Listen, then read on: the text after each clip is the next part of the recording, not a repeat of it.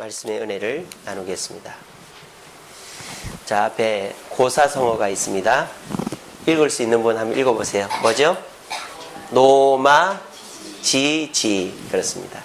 노마지지. 늙은 말의 지혜라는 뜻이죠. 이 고사성어에는 이야기가 담겨 있어요. 때는 춘추 전국시대입니다.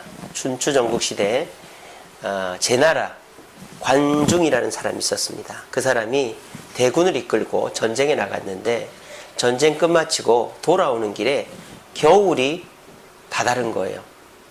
근데 겨울 준비를 안 했기 때문에 겨울을 맞이하면 큰일 나겠다 싶어가지고 관중이 다니던 길로 안 다니고 지름길을 택했습니다. 그 지름길을 한참 가고 있는데 길이 없는 거예요. 길을 잃어버린 거예요. 수십만 대군이 길을 잃은 것입니다. 뭐 우리나라야 산이 있고 뭐 강이 있고 하니까 길을 잃을 염려는 없지만 중국같이 넓은 땅덩어리에서 모르는 길에서는 길 잃어버릴 수 있거든요. 그래서 이 관중이 얘들아 어떻게 하면 좋으냐, 우리가 어떻게 길을 찾느냐 했더니 신하들이 아무도 대답을 못하는 거예요. 부하들이. 그래서 관중이 이렇게 얘기했습니다. 지금 당장 늙은 말 한 마리를 데리고 오너라 그랬습니다. 노마. 늙은 말을 데리고 왔어요. 그래서 그 늙은 말에 안장하고 고삐를 다 풀어라 그랬어요. 그 안장하고 고삐를 풀어줬어요. 그랬더니 관중이 그렇게 얘기합니다. 자, 지금부터 이 늙은 말이 가는 길로 우리도 간다. 이렇게 된 거예요. 그랬더니 사람들이 수근수근합니다. 아니, 이 늙은 말이 풀어주면 도망이나 갈 것이지 우리가 이 늙은 말을 쫓아가면 어떡하느냐. 그런데 관중이 시키는 대로 해라 그랬어요.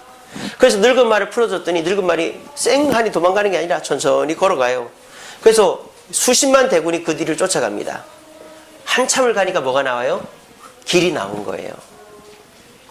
하찮은 늙은 말도 쓰임새가 있더라는 거죠. 그러니까 이 세상에 그 누구도 가치 없는 존재는 없다라는 것입니다. 또 이런 얘기가 있습니다. 여러분들 뭐 물이 없는 들판이나 광야에서 물을 찾으려면 어떻게 해야 되는 줄 아십니까? 옛날 말에 이런 게 있어요. 개미집을 찾으래요. 개미집을. 개미집을 찾는데 개미가 보면 이제 땅속에다 집을 지으니까 흙을 파서 위가 이렇게 좀 튀어나와 있잖아요. 그래서 개미집이 3cm 아니 그러니까 한치가 3cm거든요. 한치 정도 높이 올라온 개미집이 있으면 그 땅을 한 길은 2.5m입니다. 우리가 그런 말 있지 않습니까? 한치 앞도 모른다 할 때 한치가 3cm고 한 10길 물속은 알아도 한 길 사람 속은 모른다는데 한 길이 2.5m예요. 그래서 한 길 2.5m를 개미집으로 파고 내려가면 반드시 물이 나온다 이런 얘기가 있습니다. 이게 뭡니까? 하찮은 개미라도 그 개미집을 보면 물을 찾을 수 있다는 거예요. 이처럼 이 세상에는 가치 없는 것이 아무것도 없습니다. 우리 어젯밤에 밤새도록 놀고 조는지 안 조는지 볼게. 여기 우리 학생들 지금 곳곳에 앉아있는데 저 뒤에 둘이 지금 시체가 돼 있는 애들도 있네요. 내년에는 안 놀게 해준다 학교에서. 예, 그래도 우리 여기 학생들은 안 졸고 있네요. 자, 우리 이런 학생들이 요즘에 마음속에 제일 많이 드는 마음이 나까짓 게 뭘 이런 마음을 갖는 거예요. 내가 뭘 할 수 있을까? 공부도 잘 못해, 운동도 잘 못해, 얼굴도 그저 그래. 내가 뭘 할 수 있을까? 에이 게임이나 하자. 에이 놀기나 놀자. 근데 우리 학생들보다 더 비천한 개미, 그 개미도 사람들을 구해준다는 거예요. 말도 늙은 말, 이제 당장 죽을 말, 그게 뭔 필요가 있겠어요. 근데 길을 많이 다녀본 말은 감각적으로 길을 찾아낸다는 것입니다. 오늘 본문에 나오는 주인공은 목자들입니다. 이 목자들은 예수님의 탄생과 관련된 여러 사람들 중에 가장 하찮고 보잘것없는 사람입니다. 근데 오늘 저는 여러분들과 함께 이 목자들의 신앙을 같이 이야기해 보고자 합니다.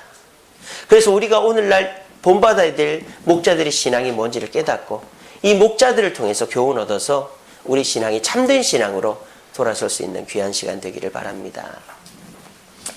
오늘 이야기는 여러분들이 많이 들어오신 이야기죠. 밤중에 목자들이 들판에서 양을 지키고 있었습니다.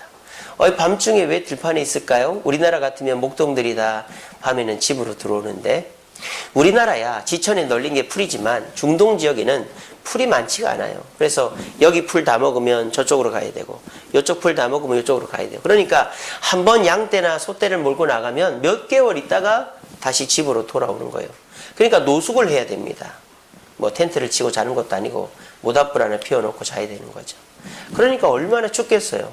그러니까 이렇게 밖에서 일하는 사람은 가장 비천한 사람인 것입니다.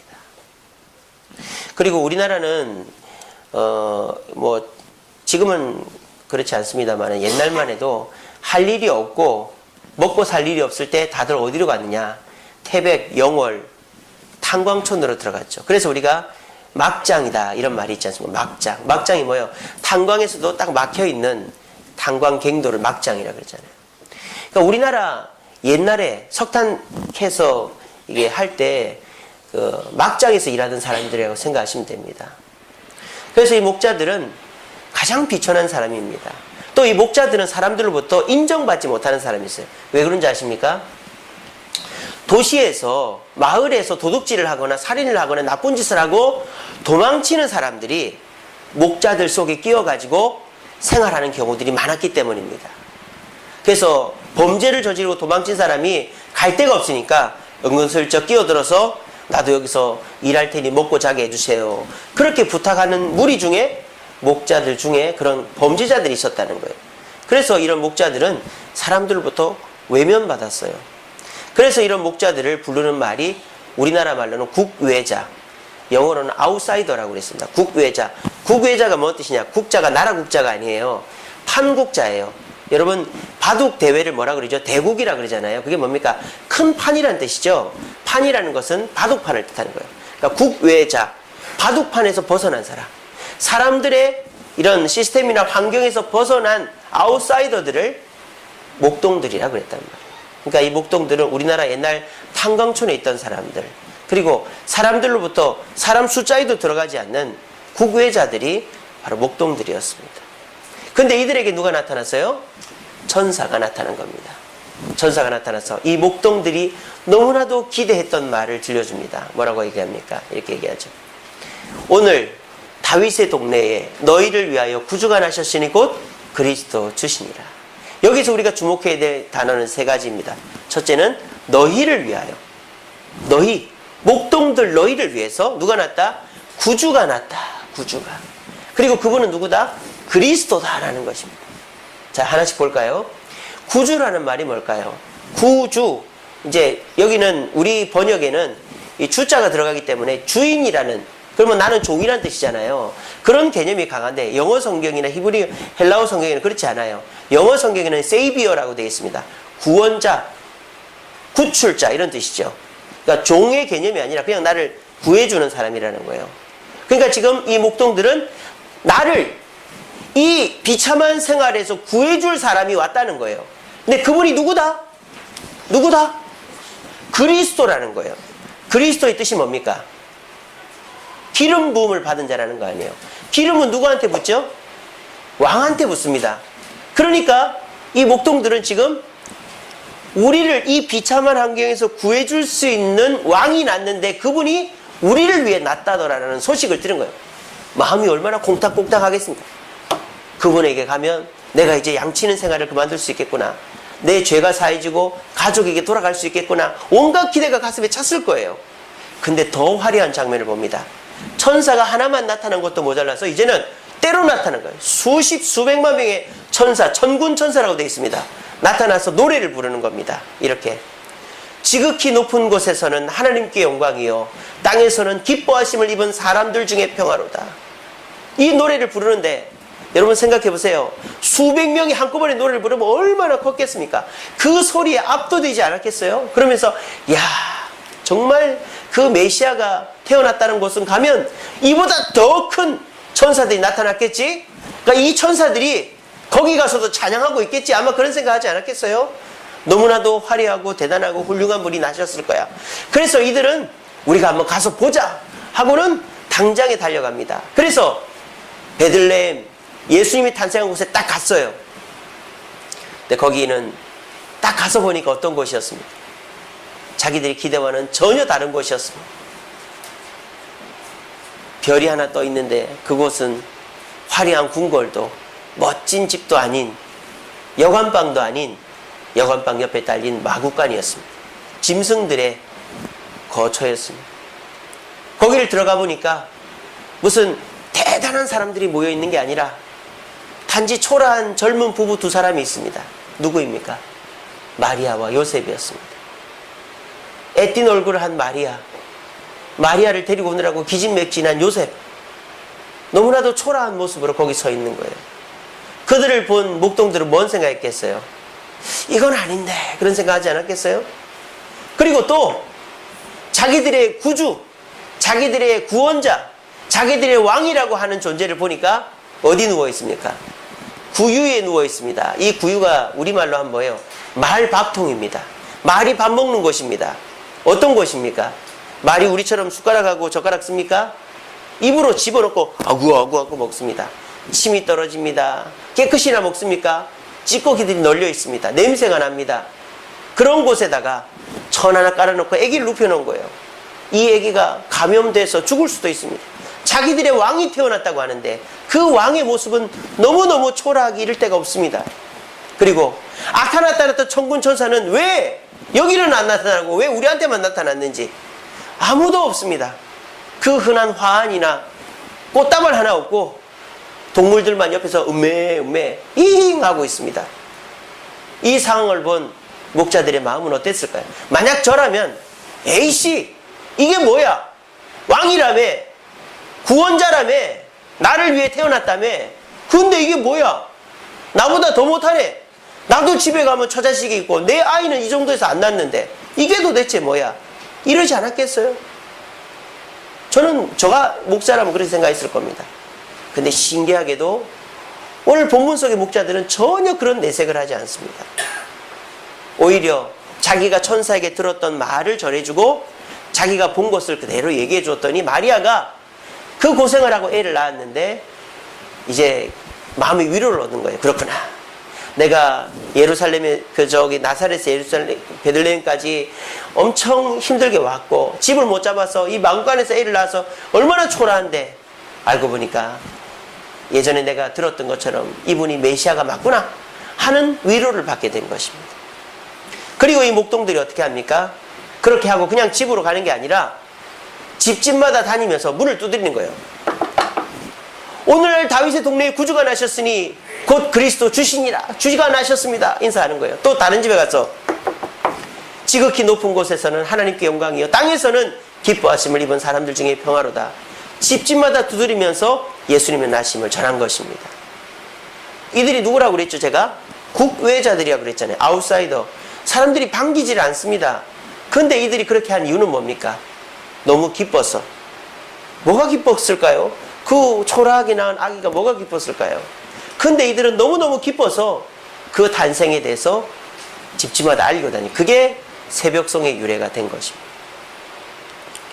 이 목동들, 우리가 어떤 교훈을 얻을 수 있습니까? 이 목동들은 예수님이 태어난 환경이나 상황이나 사람을 보고 기뻐한 것이 아닙니다. 이들은 오직 천사가 전해준 하나님의 말씀을 듣고 이분이 메시아구나 하는 것을 확신하게 된 것입니다. 그리고 그것을 확신했을 뿐만 아니라 자기 바깥으로 표현하는 것으로 집집마다 두드리면서 다니면서 문을 열고 그들에게 예수님이 나셨다라고 선언한 것입니다. 그래서 저와 여러분들이 이 목동들의 참된 신앙을 본받아야 된다는 것이죠. 자, 그러면 오늘날 성도들은 과연 어떤 모습을 하고 있을까요? 제가 하나 통계 자료를 보여드리겠습니다. 2015년도에 인구주택 총조사를 했죠. 그렇게 하고 이제 그 조사한 것을 통계를 다 내서 여러 자료가 나왔는데 그 중에 하나가 종교 유형별 인구라는 게 나왔어요. 2015년도 종교 유형별 인구 조사를 해보니까 뜻밖의 결과가 나왔습니다. 우린 지금까지 우리나라에서 최고 많은 신도를 거느린 종교가 불교라고 알고 있었습니다. 이건 국가에서 한 겁니다. 근데 2015년도 조사를 해보니까 우리나라에서 최고로 신도수가 많은 종교는 개신교였습니다. 개신교. 천주교하고 합친 거 아닙니다, 지금. 개신교가 몇 명이에요? 967만 명입니다. 천주교는 1000만이 넘었었는데 300만이 급감해서 761만이 됐습니다. 가톨릭도 2005년도 조사에서는 500만이 넘었었습니다. 200만에서. 근데 다시 380만으로 줄었습니다. 이거는 정부 조사입니다. 이게 도대체 어떻게 된 일일까요? 이거를 이제 통계를 내보니까 이런 거예요. 자, 여기 통계에 안 들어가는 사람들이 있어요. 그러니까 종교를 안 가지는 무종교층이 있는 거죠. 무종교층은 더 늘었어요. 아시겠죠? 근데 어떻게 된 거냐? 불교에 있던 사람들이 무종교층으로 많이 간 거예요. 그리고 무종교층에 있던 사람이 기독교로 많이 온 거예요. 또 천주교에 있던 사람이 무종교층으로 간 거예요.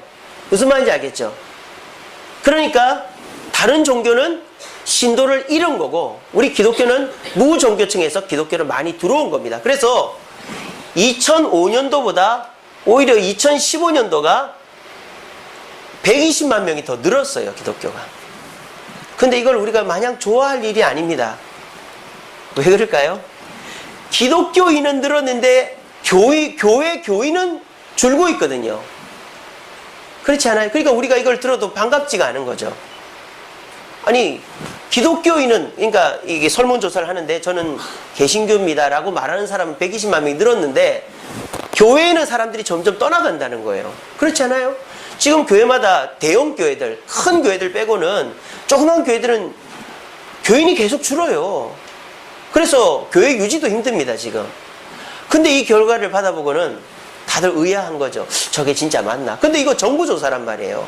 틀릴 리가 없어요. 무슨 기독교에서 조사한 것도 아니고. 이게 어떻게 된 일일까요? 이렇게 분석을 하더라고요. 예수는 믿는데 교회는 안 나가는 거예요. 두 가지 이유가 있습니다. 하나는 목회자들이 성도들을 너무 많이 실망을 시켰기 때문에 성에 대한 비리, 물질에 대한 비리, 분쟁에 대한 비리로 목회자들이 성도들을 너무 실망시켜가지고 성도들이 그 목사들 때문에 교회를 안 나오는 성도들이 많은 거예요. 또 교회가 서로 싸우는 거 싫어가지고 교회를 안 나가는 사람들이 있는 거예요. 이런 이유가 하나 있고 두 번째 이유는 뭐냐? 교회에 가는 의도 자체가 잘못됐다는 거죠. 물론 전도하는 사람들이 잘못 전도해서 그렇지만 교회 오면 복 받는다, 교회 오면 원하는 게 들어진다, 교회 오면 문제가 해결된다, 교회 오면 마음이 편안하다, 이런 좋은 얘기만 듣고 교회를 왔는데 막상 교회를 와보니까 내 돈 문제가 해결되는 것도 아니고 내 바라는 게 해결되는 것도 아니고 마음이 편안해지는 것도 아니고 문제가 해결되는 것도 아니고 심지어는 교회 가고서 더 가족들이랑 싸우고 교회 가고서 더 바빠지고 교회 가고서 병 걸리는 사람이 있고 이러니까는 아니 교회 가면은 더 좋아지고 돈 벌고 해야지 왜 이런 일이 생기나 하면서 사람들이 교회를 떠나는 거예요. 그런데 교회를 간 사람들은 마음속에 나는 예수 믿는다. 그러니까 나는 예수 믿고 천국 간다. 이런 마음은 있거든요. 그렇지만 교회 나가는 건 귀찮고 싫은 거예요. 자기 기대와 다르니까. 그래서 이 결과가 나오게 된 것입니다. 그러니까 오늘날 교회는 예수는 믿지만 교회는 안 나오는 사람들은 목동들보다 못한 신앙을 갖고 있는 거예요. 예수는 믿지만 교회를 안 나오는 사람들은 뭡니까? 눈에 보이는 것에 흔들리는 사람입니다. 눈에 보이는 것이 화려하고 대단하면 신앙생활을 하지만 눈에 보이는 것이 엉망이다. 내 뜻대로 되지 않는다. 그러면 교회를 안 나가는 거예요. 그리고 이 교회 좀 가보다가 그렇게 하는 것이죠. 저와 여러분들도 마찬가지입니다. 우리 주세움교회 상가에 있는 조그마한 교회입니다. 그리고 식당 주방도 없고 식당도 없고 교육관도 제대로 없는 교회입니다. 그리고 2016년도에 우리 교회에 힘든 일이 많이 있었어요. 그래서 교회가 그렇게 화목하거나 좋지를 못했어요. 그러다 보니까 사람들의 마음속에 예전만한 열정들이 없고 예전만한 기쁨들이 사라져 가고 있는 것입니다. 그러니까 우리의 마음속에 조금씩 어떤 마음이 듭니까? 기대가 무너지는 것이죠. 내가 기대했던 것들이 들어지지 않고 내가 바라는 것들이 이루어지지 않고 내 뜻대로 되질 않으니까 내가 신앙생활 헛하는가 보다. 내가 이거 여기다가 시간 투자하고 잘못하는 거 아닌가 하는 생각들이 드는 거예요. 그러다가 결국 신앙생활을 게을리하게 되고 교회를 떠나는 사람까지 생기게 되는 것입니다. 우리가 믿고 가야 될 것은 뭘까요? 환경이 아닙니다. 그럼 어떻게 됩니까? 환경이 좋을 때는 신앙생활 열심히 하겠죠. 환경이 어려워지면 그 사람은 신앙을 버리는 사람이 되는 겁니다. 환경으로 이랬다 저랬다 하는 사람이 아니라 목자들처럼 말씀만 보고 가는 사람이 굳건한 신앙인인 줄로 믿습니다. 오늘 이 자리에 모인 모든 분들은 환경 따라 움직이는 사람이 아니라, 실망했다고 떠나는 사람이 아니라 하나님의 말씀을 듣고 그 말씀 앞에 순종하며 쫓아가는 분들인 줄로 믿습니다. 참된 신앙이란 무엇일까요? 오늘 목자들을 통해서 배울 수 있다고 생각합니다. 첫 번째, 참된 신앙은 바른 믿음입니다. 어떤 믿음을 가져야 될까요? 내가 바라는 것이 들어질 것이라는 믿음. 물론 그것도 믿음이죠. 그런 믿음도 귀합니다. 하지만 그 믿음은 어린아이 믿음입니다. 그런 믿음만 가지고 신앙생활 계속 못해요. 우리의 믿음은 내가 바라는 것이 들어질 것이다라는 믿음을 넘어서 하나님의 말씀을 믿어야 됩니다. 하나님 우리에게 뭐라고 말씀하십니까? 주 예수를 믿으라. 그리하면 너와 내 집에 구원을 얻으리라. 우리 하나님의 말씀은 구원에 대한 믿음입니다. 여러분 교회 나오면서 구원에 대한 믿음 거짓이라고 뭐 증거를 찾거나 그런 거 있습니까? 그런 거 없잖아요. 구원의 믿음은 정확한 것입니다. 두 번째는 우리에게 어떤 믿음을 주십니까? 오늘날 우리에게 뭘 주시고? 일용할 양식을 주셨고, 우리 주님은 내가 원할 때 내가 원하는 만큼 무한정 베풀어 주신다고 말하지 않고 하나님의 뜻대로 하나님이 준비하신 대로 우리에게 주신다고 일용할 양식을 약속하신 걸 믿는 겁니다. 세 번째는 뭘까요?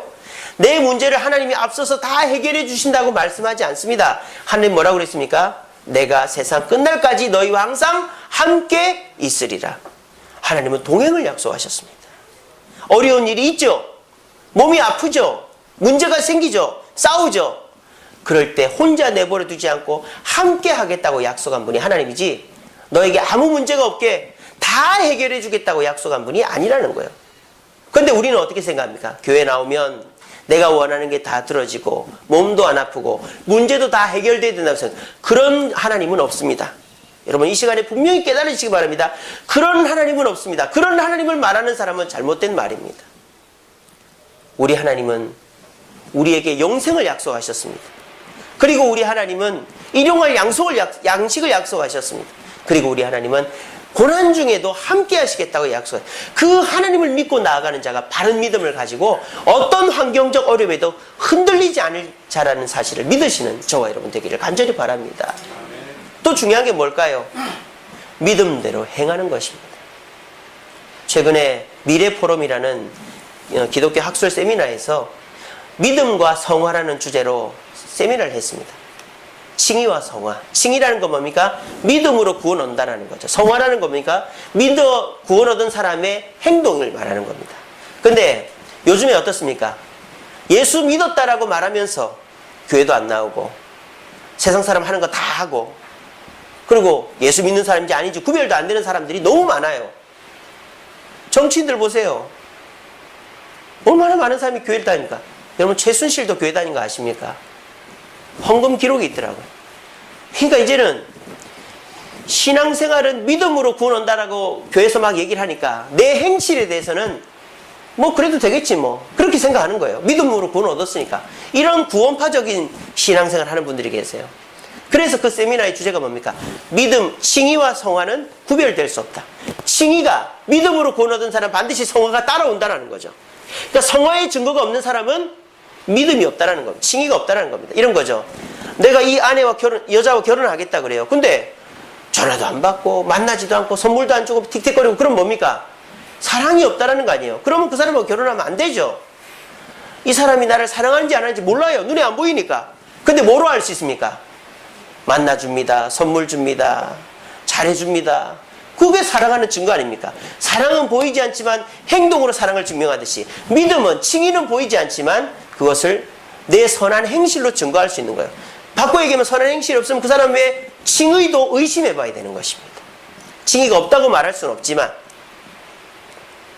우리에게 있어서 내가 예수 믿는다고 하면서 교회 빠지고 예배를 등한히 하고 봉사하기를 꺼려하고 그리고 주님께 예물 드리는 것을 아까워하고 그리고 남들에게 복음 전하는 걸 부끄러워한다면 과연 내가 진짜 예수 믿고 천국 갈 사람인가를 다시 생각해 봐야 되는 것이죠. 오늘 목자들은 어떻습니까? 예수님을 만나고 어떻게 했죠? 그 반가운 소식을 알리기 위해서 집집마다 노크를 했어요. 자기들을 꺼려하는 사람들이 주도 알면서도 예수님이 사마리아 수가성 여인을 만났을 때 어떻게 됐습니까? 그 여인이 예수님이 메시아라는 걸 깨닫고 어떻게 합니까?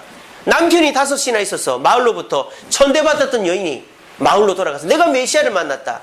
그랬더니 사람들이 이 미친 여자네. 그렇게 한 게 아니라 그 말을 고지 듣고 수가성 사람들이 예수를 믿게 된 것입니다. 믿음에는 행동이 따라오게 되어 있는 것입니다. 그 행동이 있는 사람이 참된 신앙을 가진 사람인 것입니다.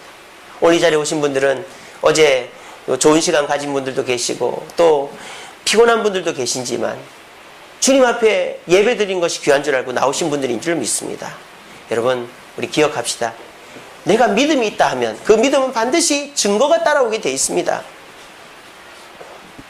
그 증거는 다른 것이 아니라 신앙생활입니다. 2016년도 예배생활, 말씀 기도생활, 봉사생활 그리고 전도생활 잘 못하셨다면 괜찮습니다. 이전 것은 지나가니까요. 우리 주님이 시간을 만들어 놓은 이유는 그 시간서부터 새로 시작하라는 뜻입니다.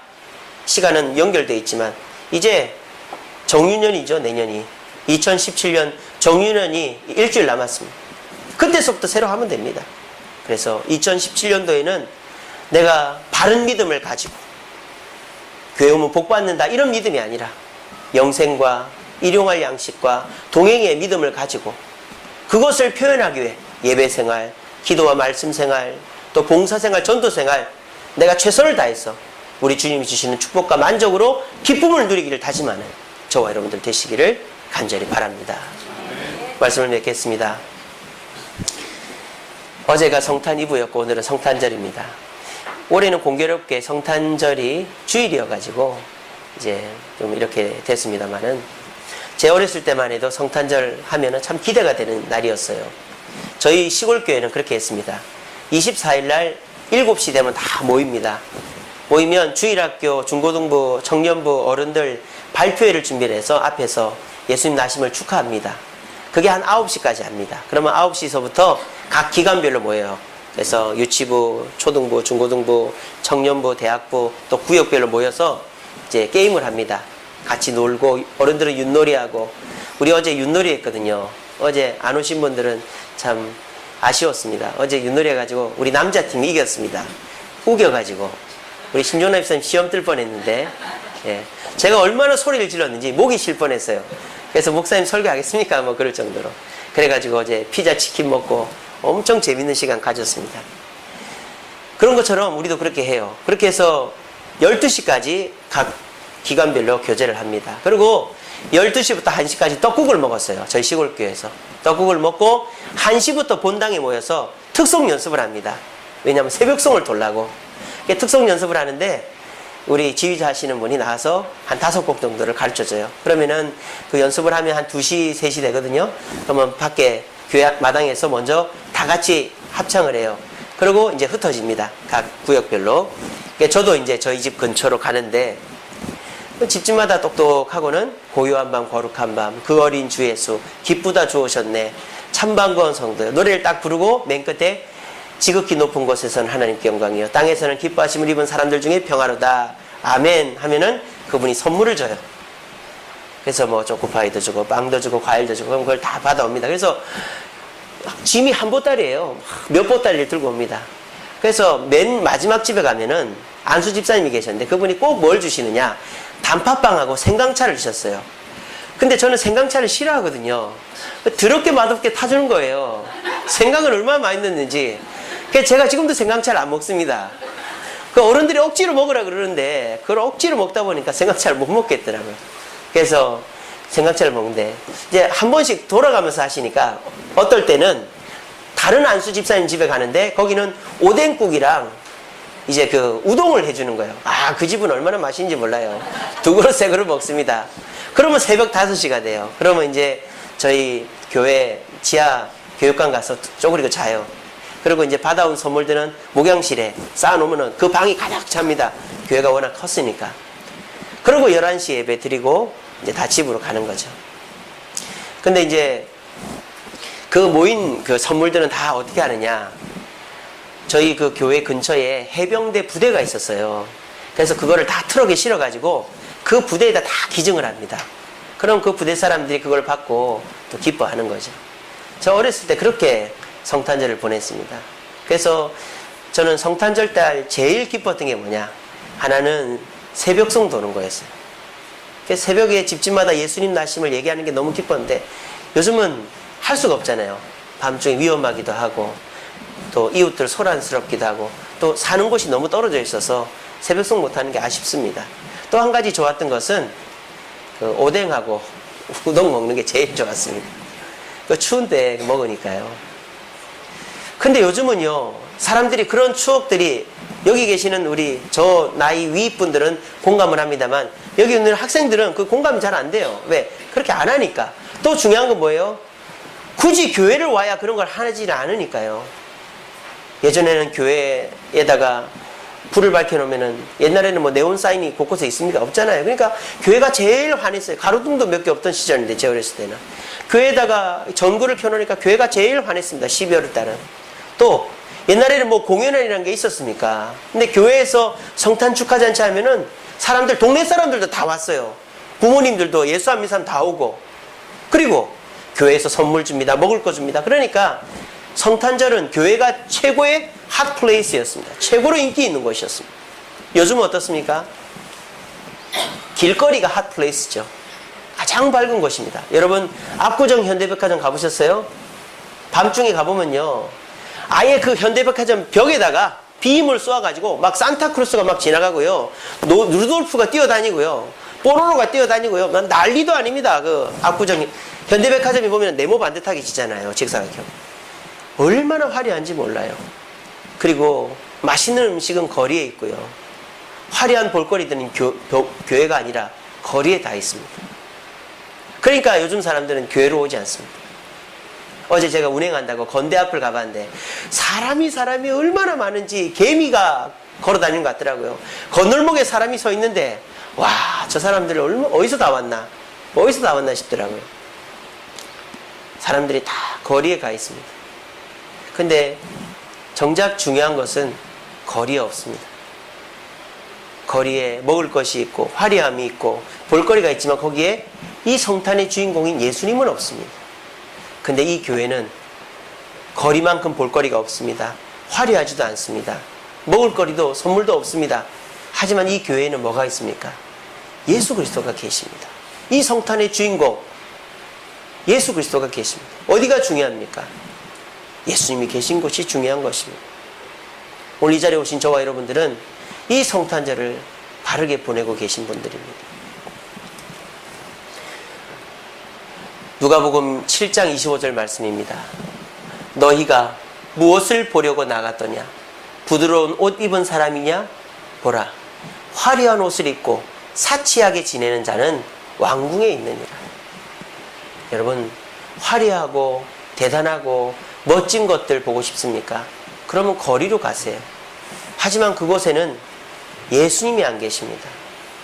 교회 오시려고들랑 여러분 마음속에 기대를 바꾸시기 바랍니다. 이 교회는 바른 믿음을 가져야 됩니다. 내 기대가 충족되는 곳이 교회가 아니라 구원이 있고 일용할 양식이 있고 하나님이 함께 하시는 그 축복을 바라보며 오는 것이 교회입니다. 그리고 그 믿음을 가지고 행함이 있는 곳이 교회입니다. 화려하고 대단하고 부드럽고 멋진 곳은 교회가 아닙니다. 우리 주세움교회 화려하지도 멋지도 대단하지도 않습니다. 우리 작년에 성탄 축하잔치 때 모습입니다. 얼마나 즐거웠습니까? 올해도 앞에 보시면 선물도 많이 있고 우리 구역별로 멋진 대단하지는 않지만 최선을 다해 준비한 발표들도 있고 또 사진 콘테스트가 있습니다. 여러분 보시면 배꼽이 빠질 겁니다. 너무 많이 잘 준비했습니다. 여러분, 성탄은 예수님과 함께 바른 믿음으로 준비해야 됩니다. 부디 목동들처럼 목자들처럼 환경에 흔들리는 믿음이 아니라 바른 믿음을 가지고 바른 신앙생활, 참된 신앙생활에서 주님 오실 때까지 믿음 흔들리지 않고 신앙생활 잘 유지할 수 있는 저와 여러분들 되시기를 간절히 바랍니다. 기도하겠습니다. 사랑해 주님, 감사합니다. 오늘도 귀한 말씀 주시니 감사합니다. 주님의 성탄을 맞이했지만 주님의 전을 찾아 예배드리기보다 세상의 즐거움을 쫓아 살아가는 사람들이 너무나 많이 있습니다. 하지만 우리 사랑하는 성도들, 피곤하고 졸리고 하지만 주님의 나심을 축하하기 위해서 오늘 자리에 이렇게 모였습니다. 저희 예배를 받아주시고 우리가 환경이 흔들리는 신앙이 아니라 목자들처럼 주님만 바라보고 주님이 주신 말씀을 바라보며 살아가면서 바른 신앙생활하는 우리 성도들 될 수 있도록 도와주시옵소서. 예수님 이름으로 기도합니다. 아멘.